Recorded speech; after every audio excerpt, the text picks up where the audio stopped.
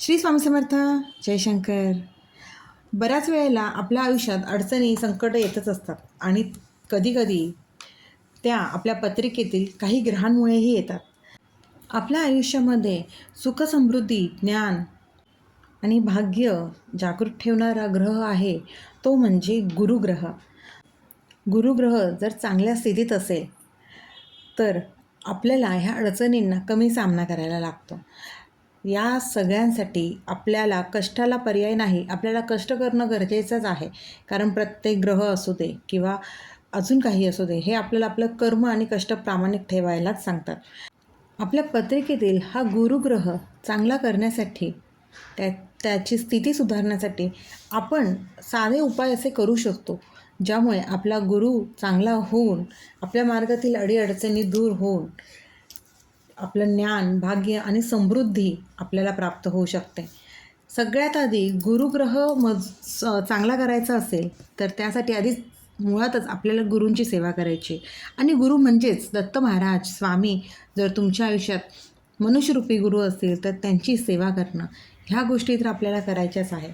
पण त्यासोबतच असे काही सोपे उपाय आहेत की ज्यामुळे आपण आपला गुरुग्रह जो कमजोर असेल तो चांगल्या स्थितीत नक्कीच करू शकतो. सगळ्यात महत्त्वाचा पहिला उपाय आहे तो म्हणजे हळद, केशर आणि चंदन हे एकत्र करून ह्याचा तिलक तयार करायचा आहे आणि तो आपल्या शरीराच्या 5 ठिकाणी लावायचा आहे. सगळ्यात पहिले तर तो आपल्या नाभीच्या इथे लावायचा आहे, दुसरा आपल्या गळ्याच्या इथे लावायचा आहे, तिसरा कपाळावर, चौथा मनगटावर आणि पाचवा आपला हातावरती जो गुरुपर्वत असतो म्हणजेच अंगठ्या शेजारच्या बोटाच्या उंचवट्यावर हा तिलक आपल्याला लावायचा आहे. हा उपाय आपल्याला गुरुवारपासून सुरू करायचा आणि सलग 40 दिवस हा उपाय आपल्याला करायचा आहे. आणि दुसरा म्हणजे गुरुवारी शक्यतो पिवळे वस्त्र घालावे आणि कुठल्याही देवळात किंवा स्वामी केंद्रात पिवळ्या रंगाची मिठाई किंवा केळी प्रसाद म्हणून द्यावे आणि या दिवशी विष्णू सहस्त्रनाम वाचावं. तसेच तिसरा उपाय म्हणजे गुरुवारी प्रदोष वेळेत 5 रुपयाचं नाणं, भिजवलेली चणा डाळ आणि थोडासा गूळ घेऊन त्यावर चिमूटभर हळद टाकून ते केळीच्या झाडाजवळ ठेवून आपल्या मनातील इच्छा बोलावी. कारण केळीच्या झाडाच्या इथे केलेली सेवा, केळीला विष्णूचं रूप मानलं जातं, त्यामुळेच ह्या दिवशी ही सेवा करावी. हा उपाय सलग 5, 7 किंवा 11 गुरुवार तरी करावा. आणि यासोबतच गुरुग्रह म्हणजेच आपले स्वामी ही आपले गुरुच आहेत.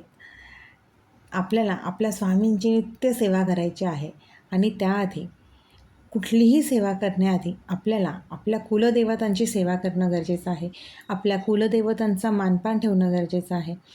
मुळातच आपल्या स्वामींनीही आपल्याला सांगितलेलं आहे, शंकर महाराजांनीही सांगितलेलं आहे की आधी आपल्याला आपले कुलाचार करायचे आहेत आणि मग आपल्याला आपल्या स्वामींची सेवा करायची आहे.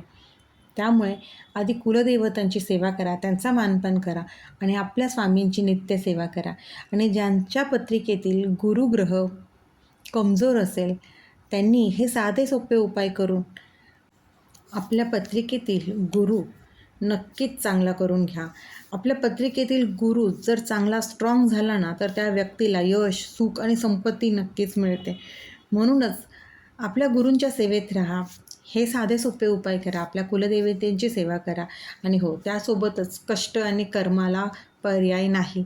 आपल्याला आपली मेहनत, कष्ट आणि आपल्या सेवेवरती अपार विश्वास आणि श्रद्धा ही नक्कीच ठेवायला हवी. ह्या सगळ्या गोष्टींमुळेच आपल्याला यशप्राप्ती नक्कीच होते. स्वामी त्यांचा आशीर्वाद नक्कीच देतात. त्यामुळे साधे सोपे उपाय करा आणि महाराजांची सेवा करा, सेवेकरी व्हा. श्री स्वामी समर्थ. अशक्य ही शक्य करतील स्वामी, अशक्य ही शक्य करतील स्वामी.